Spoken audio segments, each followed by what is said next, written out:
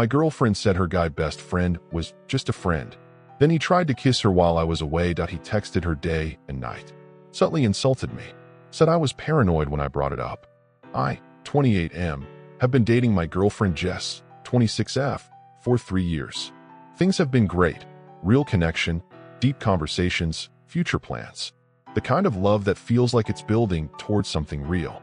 But there's always been one shadow on this relationship. Her best friend, Alex, 27M. They've known each other since college. Jess calls him her platonic soulmate. At first, I tried to play it cool. I didn't want to be the jealous boyfriend, especially over someone she insists is just a friend. But man, this guy was always there. From the beginning, I noticed how often he texted her. Morning check-ins, late-night memes, detailed follow-ups about things like her dentist appointments or what kind of tea she drank when she had a cold.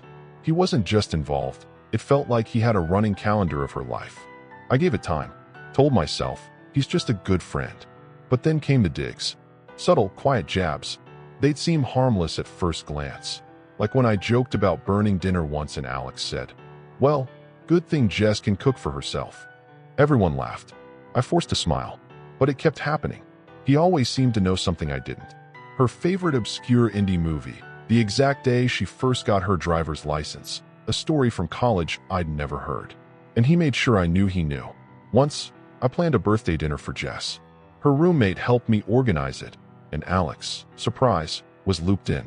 He, helpfully, reminded me to order her favorite cake flavor, the super niche one I didn't even know existed. The way he said it felt like a flex. "You're welcome for knowing your girlfriend better than you do." I let it go. Then came the texts. Not to Jess, to me. After a minor disagreement between Jess and me over rescheduling plans due to work, I got a text from Alex. "Hey man, heard you bailed on Jess. Everything cool? You know she deserves to be a priority, right?" That was the final straw. I wasn't even mad. I was stunned. This dude, who I barely talked to outside group chats, had the nerve to text me like he's her gatekeeper? I confronted Jess. Told her everything. The constant presence, the possessive behavior, the digs, the emotional overlap. And I said what I'd been thinking for months. "Alex is in love with you." She was livid. Said I was being paranoid. That I was making something toxic out of pure friendship. That Alex had never crossed a line. I didn't push it. I trusted Jess. But I stopped trusting him. Then came the weekend trip. I had to go out of town for work. A conference from Friday to Sunday. Jess told me Alex invited her to a cabin by the lake. Just the two of them. "We haven't hung out one-on-one in a while," she said. "It's just relaxing nature stuff. You're okay with that, right?" I wasn't. I told her I didn't think it was appropriate.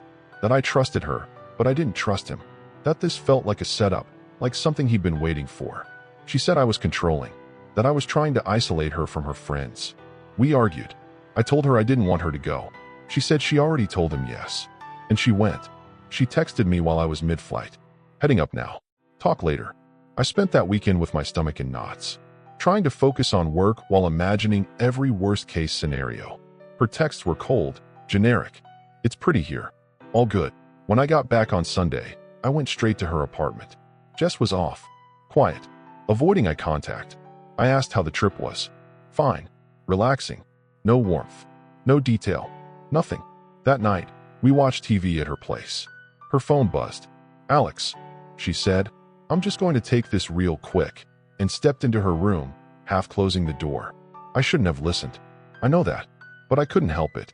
His voice was loud. Confident. I've always wondered what if. What if it was you and me? He doesn't appreciate you like I do. I know you better than he ever will. I froze. Jess was crying. I stepped in. She saw me, startled, and immediately ended the call. I didn't need to say anything. She told me everything. On the trip, Alex confessed. Said he had feelings for her. Tried to kiss her by the fire. She pushed him away. Spent the rest of the night in the bedroom. She hadn't told me sooner because she was ashamed. Afraid I'd say, "I told you so." Afraid she'd lose me. I was furious. Hurt. But I wasn't mad at her, not really. I was mad at him. At myself for seeing this coming and still letting it happen. At the entire situation that just proved what I'd feared all along.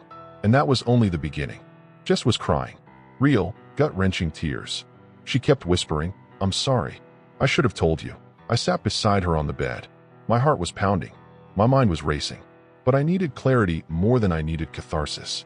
So I asked, gently but firmly, "Tell me everything. Not just what I overheard, everything that happened at that cabin." She nodded. It started the first night. We were sitting outside, drinking wine by the fire pit. Nothing seemed weird at first, just nostalgic talks, college memories, you know? But then his voice changed. He said he always wondered if we missed our shot, that maybe we were meant to be more than just friends.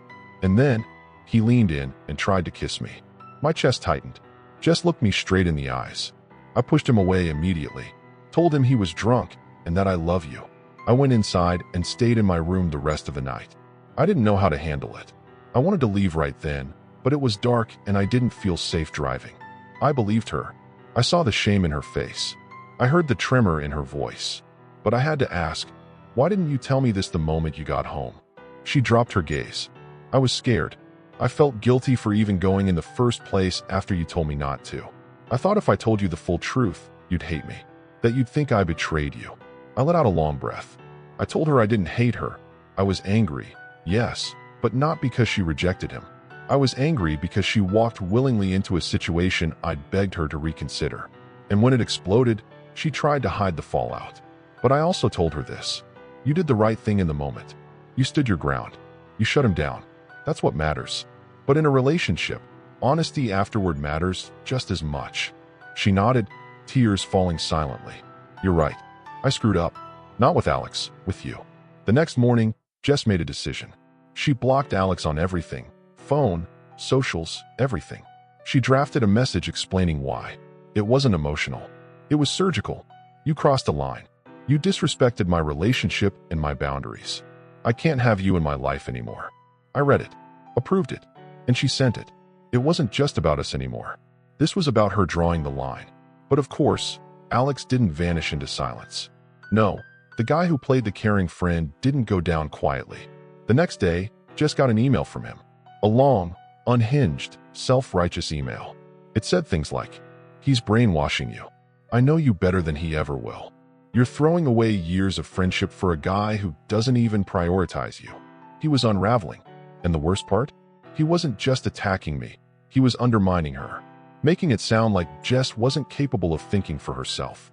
Like I was the puppet master pulling her strings. Jess read the email with her jaw clenched. He doesn't even realize how insulting this is. He's basically calling me stupid. She blocked his email too. I saw something shift in her then, from guilt to anger, from shame to clarity. I thought I was losing a friend, she said. But he was never really just a friend, was he? I didn't say I told you so. I didn't need to. She saw it now. All of it. But even after cutting Alex out, a question lingered in the air. Can we move forward from this? Can we rebuild trust after a breach like this? Not of fidelity, but of judgment? I still wasn't sure. Until she said something that hit me hard, in a good way. I picked you. I stayed loyal to you. I want to spend my life with you. I don't want to ever lose this again. Not over someone who never respected us. That's when I knew we were going to be okay. But not everyone walks away from situations like this intact. A few weeks passed. Jess and I were doing better. Not perfect, but healing. We had tough talks. Some tears. Some long walks in silence. But we were rebuilding. She was present again. Engaged. Grateful. We even planned a low-key weekend getaway. Just the two of us. No friends. No phones. Just us, a quiet cabin in the woods, and a vow to never let anyone wedge themselves between us again. Ironically, the very thing that almost tore us apart ended up making us stronger. But Alex? Oh no, he wasn't done yet. He sent one final Hail Mary. Just got a letter in the mail. A handwritten letter. I watched her read it at our kitchen table, the paper trembling slightly in her hands. When she finished, she slid it across the table to me. It read, "Jess, I'm sorry for everything. Not for loving you. That's something I can't turn off. But for pushing you. For putting you in a position where you had to choose. I thought I was being brave, telling you how I felt. I see now I was just being selfish. He got in your head. He convinced you I was dangerous. I never meant to be. I miss what we had.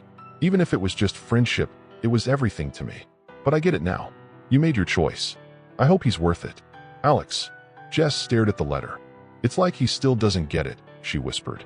"He didn't just ruin what we had. He disrespected it. And he still thinks it was about choosing between two men. I didn't say anything, because again, she saw it clearly, and she was done mourning it. She folded the letter, stood up, and tossed it into the fireplace without a second glance. Ashes. I've thought a lot about what Alex represents. He's not just the jealous friend. He's a symbol of something far more dangerous. The idea that persistent affection equals entitlement. That just because you've been there, you deserve to be the one. But love doesn't owe you anything just because you were nearby when someone cried. And friendship, true friendship, knows its place and never tries to take more. Alex failed that test. Jess passed. And I learned that trusting your gut doesn't make you paranoid. It makes you present. Final reflections for YouTube narration. So to anyone listening to this, maybe you're dealing with a friend in your partner's life who blurs the line. Maybe you're afraid to speak up because you don't want to seem insecure. Here's what I've learned. Triangular flag patterns matter more than isolated moments. Triangular flag respect is measured by boundaries, not by backstory. Triangular flag, and if someone truly supports your partner, they'll support your relationship, not sabotage it behind smiles and just kidding digs. Speak up, but speak with clarity. And if your partner loves you, really loves you, they'll listen. Jess did, eventually, and we're better for it.